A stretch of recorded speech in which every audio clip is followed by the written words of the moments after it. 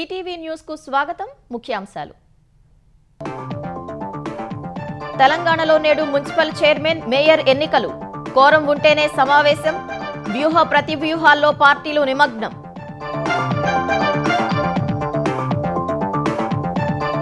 Municipal పదవుల కోసం పార్టీల కూటములు.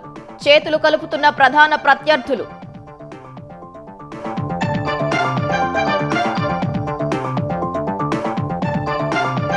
కరీంనగర్ కార్పొరేషన్ పీఠంపై ఉత్కంఠ.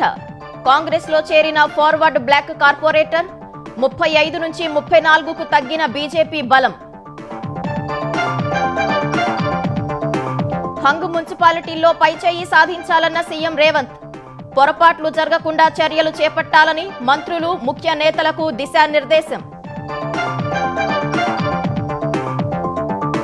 నేడు ఆంధ్రప్రదేశ్కు బిల్ గేట్స్ బృందం. సంజీవని, సాగులో సాంకేతికత వంటి ప్రాజెక్టుల పరిశీలన. స్వర్ణాంధ్ర విజన్ పై చంద్రబాబు ప్రెజెంటేషన్.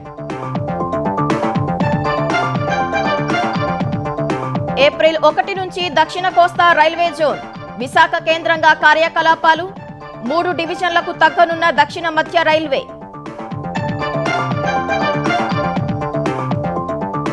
ఢిల్లీలో నేటి నుంచి ఏఐ ఇంపాక్ట్ సదస్సు. కృత్రిమ మేధలో అగ్రస్థానంపై గురిపెట్టిన భారత్. 20 దేశాల అధినేతలు, దిగ్గజ కంపెనీల సీఈఓలు హాజరు.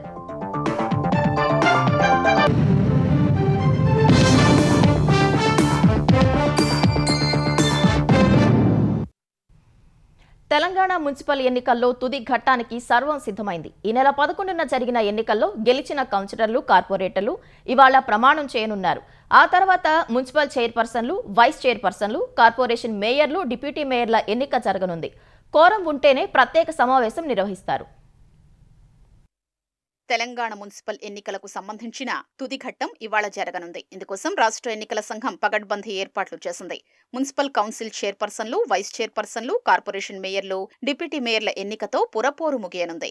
తెలంగాణలోని 116 మున్సిపాలిటీలు, 7 కార్పొరేషన్లకు ఈ నెల 11న జరిగిన ఎన్నికల్లో 2594 మంది కౌన్సిలర్లు, 414 మంది కార్పొరేటర్లు గెలుపొందారు. ఉదయం 11 గంటలకు జరిగే మున్సిపల్ కౌన్సిళ్లు, కార్పొరేషన్ల ప్రత్యేక సమావేశంలో కొత్తగా ఎన్నికైన కౌన్సిలర్లు, కార్పొరేటర్లు ప్రమాణం చేస్తారు. మధ్యాహ్నం 12:30 గంటలకు మున్సిపల్ కౌన్సిల్ చైర్పర్సన్లు, వైస్ చైర్పర్సన్లు, కార్పొరేషన్ మేయర్లు, డిప్యూటీ మేయర్ల ఎన్నిక మొదలవుతుంది.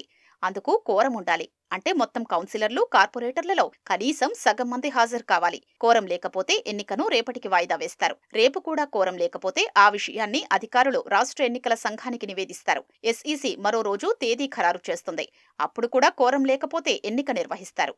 రిజర్వేషన్ల ప్రకారం చైర్పర్సన్లు, మేయర్లను ఎన్నుకుంటారు. 116 మున్సిపల్ కౌన్సిల్ చైర్పర్సన్ పదవుల్లో ఎస్సీలకు 9, ఎస్సీ మహిళకు 8, ఎస్టీలకు 3, ఎస్టీ మహిళకు 2, బీసీలకు 18, బీసీ మహిళకు 18, జనరల్ 27, జనరల్ మహిళలకు 31 కేటాయించారు. మున్సిపల్ చైర్పర్సన్లు, వైస్ చైర్పర్సన్లు, కార్పొరేషన్ మేయర్లు, డిప్యూటీ మేయర్లుగా ఒకరే పోటీలో ఉంటే ఏకగ్రీవమవుతుంది. ఒకరికంటే ఎక్కువ మంది ఉంటే ఎన్నిక నిర్వహిస్తారు. ఎమ్మెల్యేలు, ఎమ్మెల్సీలకు, లోక్సభ, రాజ్యసభ సభ్యులకు ఎక్సఫిషియో సభ్యులుగా ఓటు హక్కు ఉంటుంది. సమానంగా ఓట్లు వస్తే లాటరీ ద్వారా విజేతను ప్రకటిస్తారు. ఆ ఎన్నికల్లో పార్టీలకు విప్ జారీ చేసే అధికారం ఉంటుంది. విప్ జారీ చేస్తే ఆ విషయం ఉదయం 11 గంటల్లోపు ఎన్నికల అధికారికి సమాచారం ఇవ్వాలి. పార్టీ అభ్యర్థులుగా గెలిచిన వారు ఖచ్చితంగా విప్ పాటించాల్సి ఉంటుంది.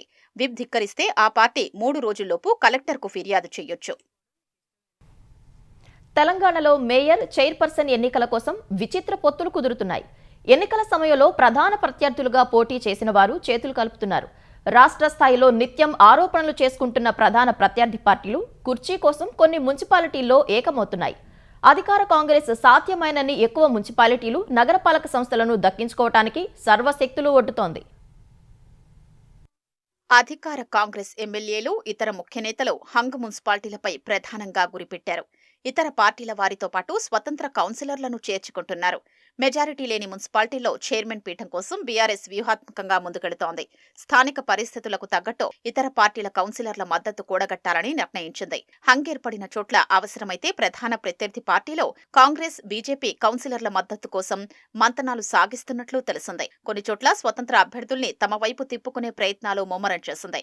హంగ్ ఏర్పడిన స్థానాల్లో కొన్నింటినైనా దక్కించుకోవాలని ఆశలు పెట్టుకున్న బీజేపీ మారుతున్న రాజకీయ పరిణామాలతో సందిగ్ధతలో పడింది. కొత్తగూడెం మేయర్ పదవిని చెరో 2.5 ఏళ్లు పంచుకోవడానికి కాంగ్రెస్తో ఒప్పందం చేసుకున్న సిపిఐ కేతనపల్లి మున్సిపాలిటీలో బీఆర్ఎస్ కు మద్దతివ్వాలని నిర్ణయించింది. ఆదిలాబాద్ మున్సిపాలిటీ బీజేపీకి దక్కాలంటే మరో 3 మద్దతు కావాలి.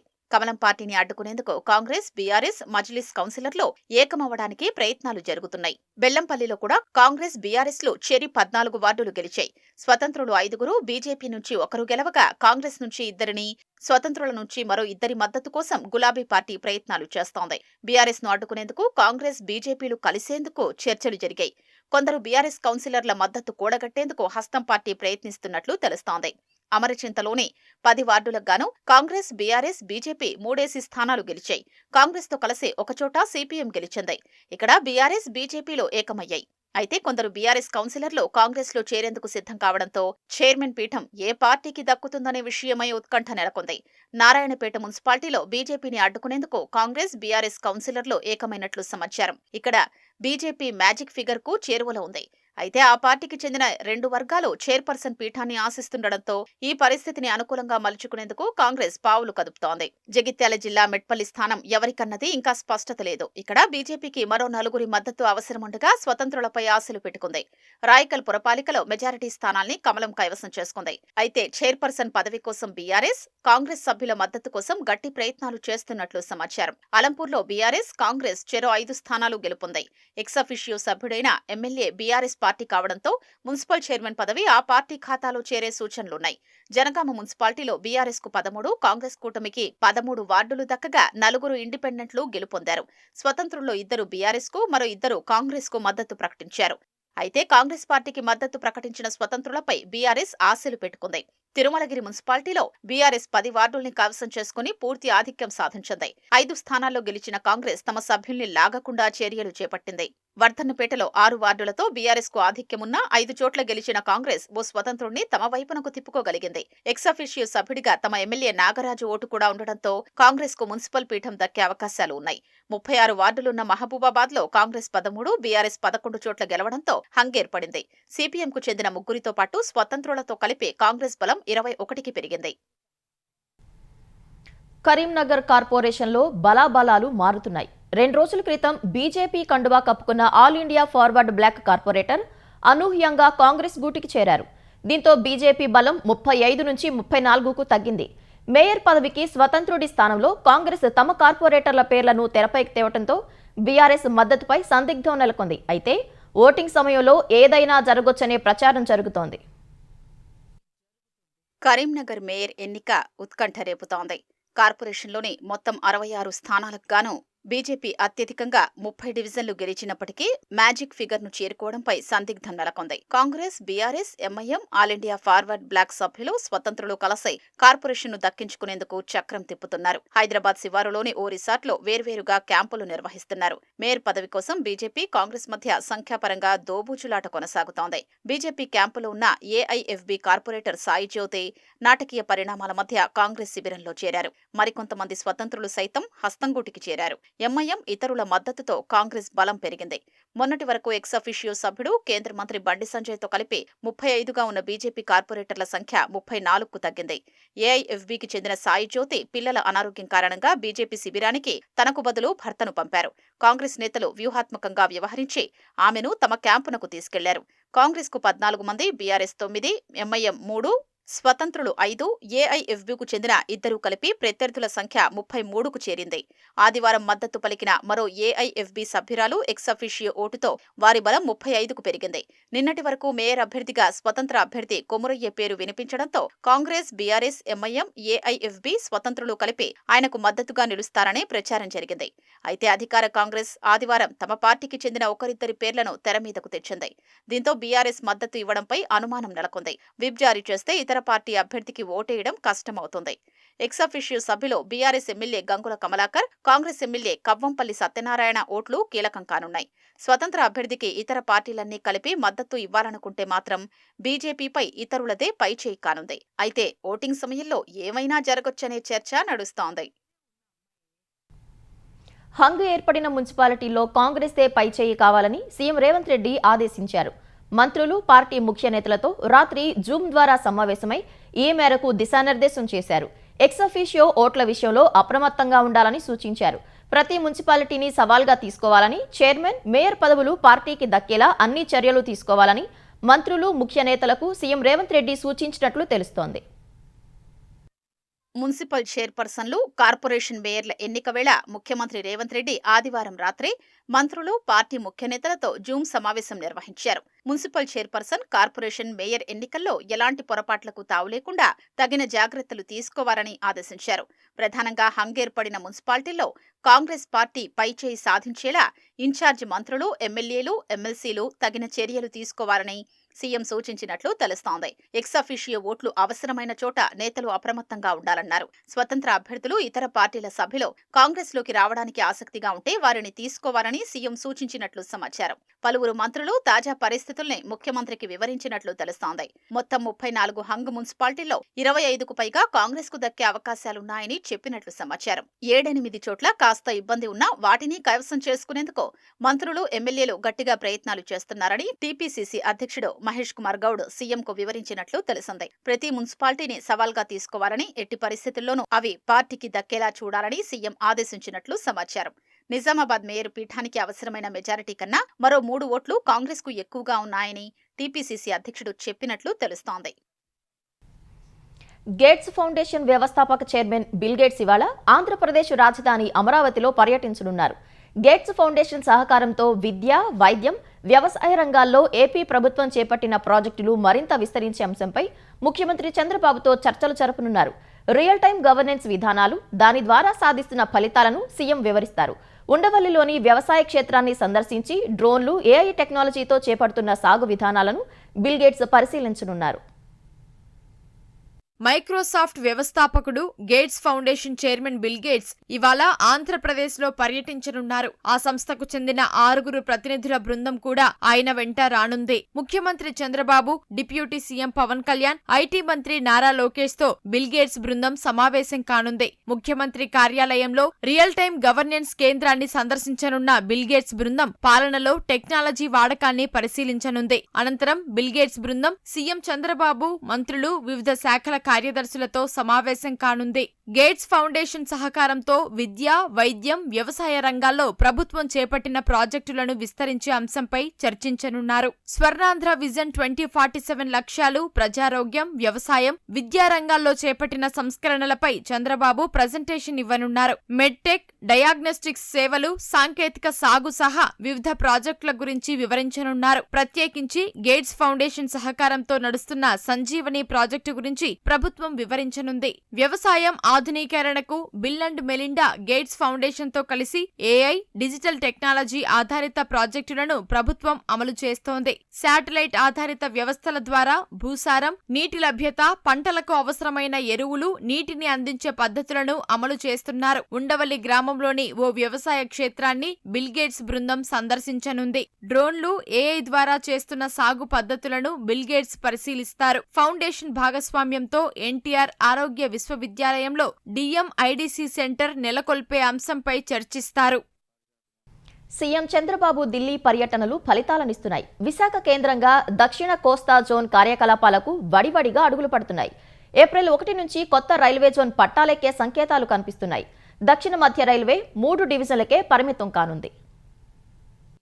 దక్షిణ మధ్య రైల్వే పునర్విభజన చివరి అంకానికి చేరుకుంది. కొత్త రైల్వే జోన్ కు అపాయింటెడ్ డేను కేంద్ర ప్రభుత్వం త్వరలోనే ప్రకటించనున్నట్టు తెలిసింది. ఏప్రిల్ 1 నుంచి కొత్త రైల్వే జోన్ కార్యకలాపాలు ప్రారంభం కానున్నట్లు రైల్వే బోర్డు దక్షిణ మధ్య రైల్వేకు సమాచారం ఇచ్చినట్లు తెలుస్తోంది. సికింద్రాబాద్ కేంద్రంగా 6 డివిజన్లు కలిగిన దక్షిణ మధ్య రైల్వే జోన్ సికింద్రాబాద్, హైదరాబాద్, నాందేడ్కు పరిమితం కానుంది. విజయవాడ, గుంటూరు, గుంతకల్లు, తూర్పు కోస్తా జోన్లోని కొంత భాగంతో కొత్తగా ఏర్పడే విశాఖపట్నం డివిజన్తో కలిపి దక్షిణ కోస్తా జోన్ ఏర్పాటు కానుంది. కొత్త జోన్ కు ఏప్రిల్ 1 అపాయింటెడ్ డే అయితే ఇంకా 6 వారాలే సమయం ఉంటుంది. కొత్త జోన్ ప్రారంభానికి ఇంత తక్కువ సమయం సరిపోతుందా అనే విషయమై రైల్వే బోర్డులో చర్చ జరిగినట్లు తెలిసింది. సాధ్యాసాధ్యాలపై త్వరలో స్పష్టత వస్తుందని, నెలాఖరు కల్లా కొత్త జోన్ అపాయింటెడ్ డే పై నోటిఫికేషన్ రావచ్చని దక్షిణ మధ్య రైల్వే అధికారులు అంటున్నారు.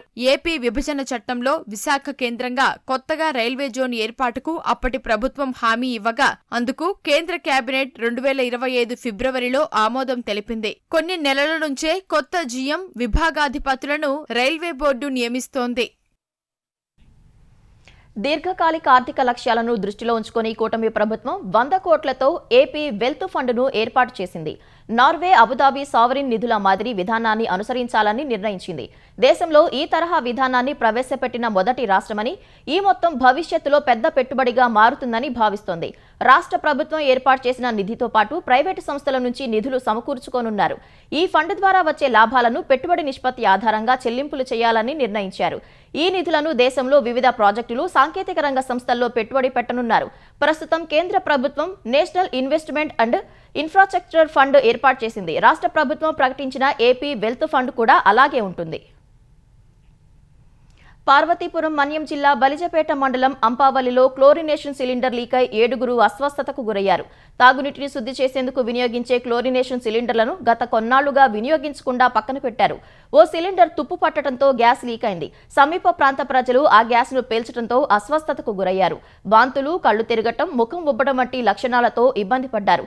బాధితులను జిల్లా ఆసుపత్రికి తరలించి చికిత్స అందిస్తున్నారు. ప్రస్తుతం అందరూ కోలుకుంటున్నారని, వారి ఆరోగ్యం నిలకడగా ఉందని తహసీల్దార్ చెప్పారు.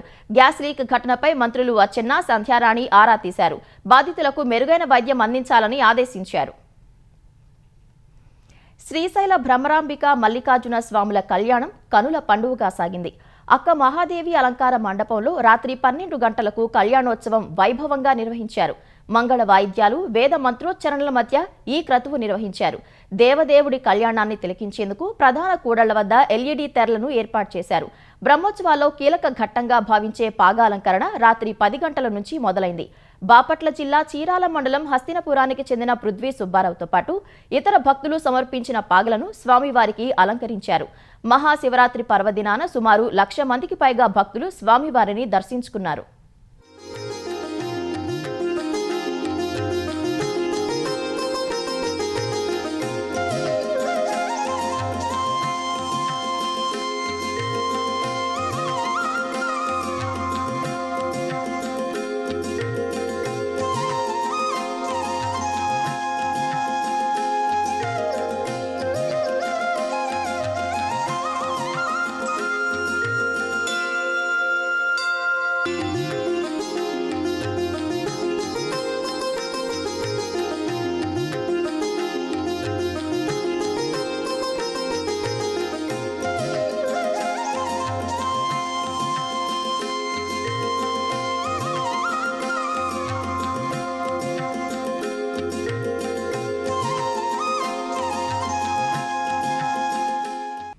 ఆర్టిఫిషియల్ ఇంటెలిజెన్స్ రంగంలో భారతీయులకు మరిన్ని అవకాశాలు కల్పించడమే లక్ష్యంగా ఇండియా ఏఐ ఇంపాక్ట్ సమ్మిట్ ఇవాల్టి నుంచి ఢిల్లీలో మొదలు కానుంది. భారత మండపం, సుష్మా స్వరాజ్ భవన్, అంబేద్కర్ సెంటర్లో జరిగే ఈ సదస్సును ప్రధాని మోదీ ప్రారంభించనున్నారు. ఉచిత ప్రవేశమని ప్రకటించిన కేంద్రం డిజి యాత్ర లేదా సమ్మిట్ యాప్లోని క్యూఆర్ కోడ్ను స్కాన్ చేసి రిజిస్టర్ చేసుకోవచ్చని తెలిపింది. ఏఐ ఇంపాక్ట్ సదస్సుకు 2 లక్షల మందికి పైగా హాజరవుతారనే అంచనాతో ఏర్పాట్లు చేశారు. ప్రజలు, విద్యార్థులకు ఇబ్బంది లేకుండా ఏర్పాట్లు చేశారు. ఫ్రాన్స్ అధ్యక్షుడు మేక్రాన్, బ్రెజిల్ అధ్యక్షుడు లులా డిసిల్వా, స్పెయిన్ అధ్యక్షుడు పెడ్రో, అబుదాబి క్రౌన్ ప్రిన్స్ సహా 20 దేశాల అధినేతలు సదస్సుకు రానున్నట్లు అధికారులు తెలిపారు. ఐరాసా ప్రధాన కార్యదర్శి ఆంటోనియో గుటెరెస్ సహా దేశ విదేశాలకు చెందిన 40 ప్రముఖ కంపెనీల సీఈఓలు పాల్గొంటారని కేంద్ర ప్రభుత్వ వర్గాలు తెలిపాయి. ఏఐ హ్యూమన్ సెంట్రిక్గా, సమ్మిళితంగా ఉండాలని, ఏఐ వనరులు అందరికీ అందుబాటులో ఉండాలనే సందేశాన్ని ప్రపంచానికి భారత్ ఈ సదస్సు ద్వారా ఇవ్వనున్నట్లు కేంద్ర ఐటీ శాఖ కార్యదర్శి చెప్పారు. అమెరికా, ఇరాన్ మధ్య రెండో విడత చర్చలు మంగళవారం స్విట్జర్లాండ్లోని జెనీవాలో జరగనున్నాయి. ఈ మేరకు ఇరాన్ అధికారిక మీడియా టెలిగ్రామ్ వేదికగా ఓ ప్రకటన చేసింది. చర్చల కోసం విదేశాంగ మంత్రి అబ్బాస్ అరాక్చీ సారథ్యంలోని ప్రతినిధి బృందం టెహ్రాన్ నుంచి జెనీవాకు వెళ్లినట్లు తెలిపింది. ఈ చర్చలకు కూడా ఒమన్ మధ్యవర్తిత్వం వహిస్తోంది. అమెరికా తరపున స్టీవ్ విట్కాఫ్, జారెడ్ కుష్నర్ ఈ చర్చల్లో పాల్గొనున్నారు. అణు కార్యక్రమాలను ఇరాన్ పూర్తిగా ఆపేయాలని అగ్రరాజ్యం డిమాండ్ చేస్తుంది. అణు ఒప్పందానికి టెహ్రాన్ అంగీకరించుకుంటే తీవ్ర పరిణామాలు ఉంటాయని అమెరికా అధ్యక్షుడు ట్రంప్ ఇప్పటికే హెచ్చరిక చేశారు. గతేడాది ఇరాన్ అణు కేంద్రాలపై జరిగిన వైమానిక దాడుల కంటే పరిస్థితి దారుణంగా ఉంటుందన్నారు. అమెరికా షరతులను టెహ్రాన్ తోసిపుచ్చింది.